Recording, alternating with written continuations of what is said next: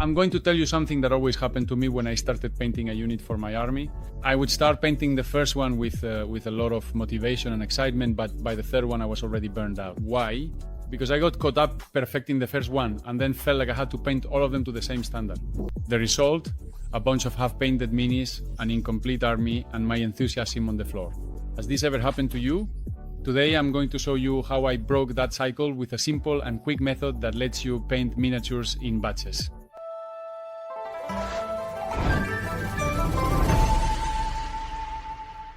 We're going to use zombie wolves and contrast paints to achieve quality results without wasting time. And the truth is, painting an entire army can be intimidating. Why? You spend hours painting one mini and still have 50 more to go. You lose motivation halfway through, you get frustrated because you're not making progress. You want to play and your miniatures are still gray. Though you started excited, I get it because I've been there. What really saved me was changing my mindset. I stopped trying to make every miniature perfect and started thinking about efficiency. I got it out of my head that I was painting display pieces. I was painting miniatures for gaming, troops, armies.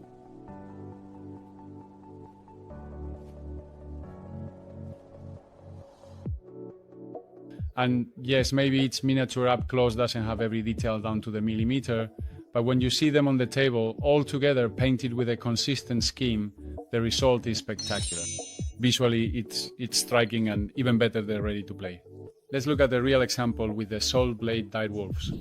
Before getting into the colors, the first thing I do is decide how many miniatures I'm going to paint in a batch, and this depends entirely on the complexity of the miniature.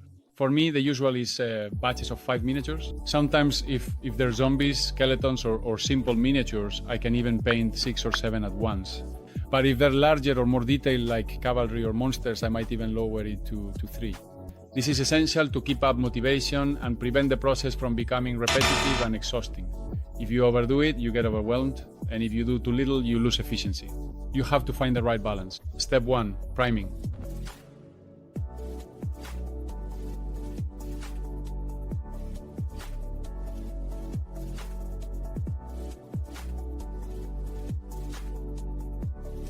I use white primer because it enhances contrast paints. In theory, this saves steps. The base coat, shadows, and highlights are all integrated in a single pass. Now, there's something important to keep in mind. Not all miniatures benefit equally from the use of contrast paints. These paints work best on organic, textured surfaces, like fur, scales, bone, wrinkled fabrics, and so on. Just like the dire wolves. But if you're going to paint large, smooth areas, such as cloaks, armor, shields, or other similar surfaces, it's better to use an airbrush or any other traditional technique. Contrast paint in those cases tends to pull or look uneven. So choose your technique based on the type of miniature. Here, the wolves are perfect for this method.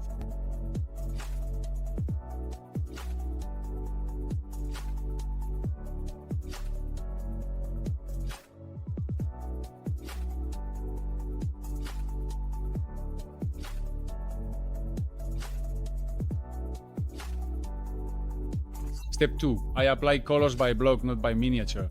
This way you avoid changing colors every now and then. You gain speed and consistency.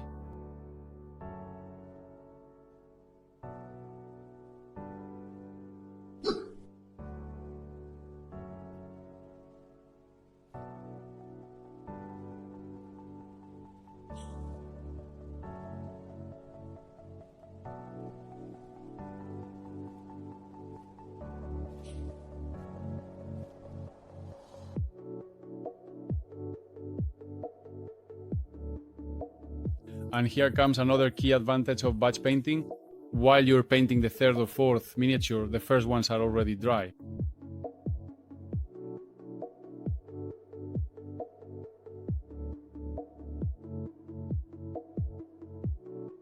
That means zero downtime. You don't have to stop and wait for anything to dry. You just keep going, stay in the flow, and move on to the next step. Plus, seeing the whole group come together at the same time is really motivating. Now I'm going to share some tricks for greater efficiency. Don't try to perfect every single detail. If you want to improve or add details, do it at the end. But the important thing is to finish. And here are some extra tips that can make a difference if you're painting in batches. Have everything ready before you start. paint, palettes, brushes, napkin. This way, you avoid distractions and keep up your workflow. Work in time blocks with music or use a timer. Using the Pomodoro technique at 25 minutes painting, 5 minutes break can help you stay focused without burning out. Group tasks into sub-stages if the mini is complex. For example, one day you paint the skin, another day the bone, and that way you make progress without feeling overwhelmed.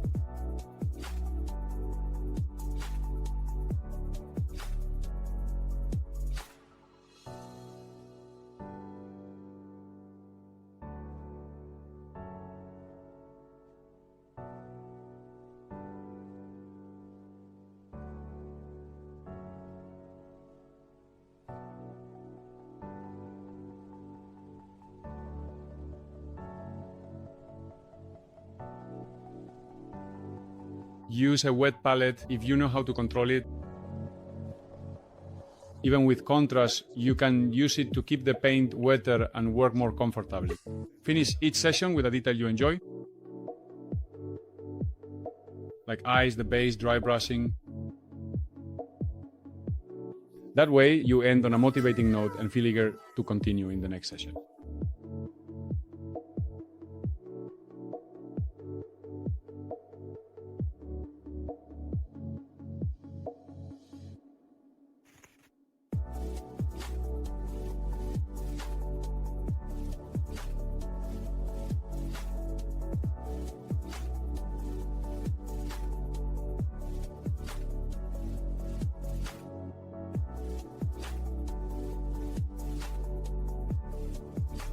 And what do you gain with this method?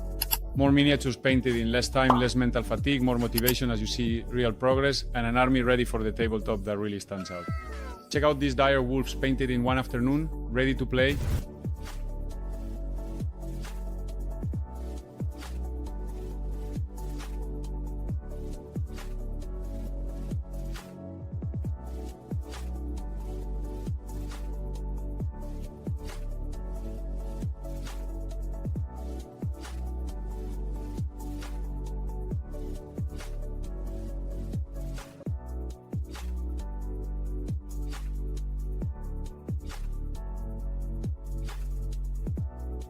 And if you want a detailed step-by-step of this process, exact colors, order of application, dilutions, and many more complete guides, you can find all that and much more on my Patreon.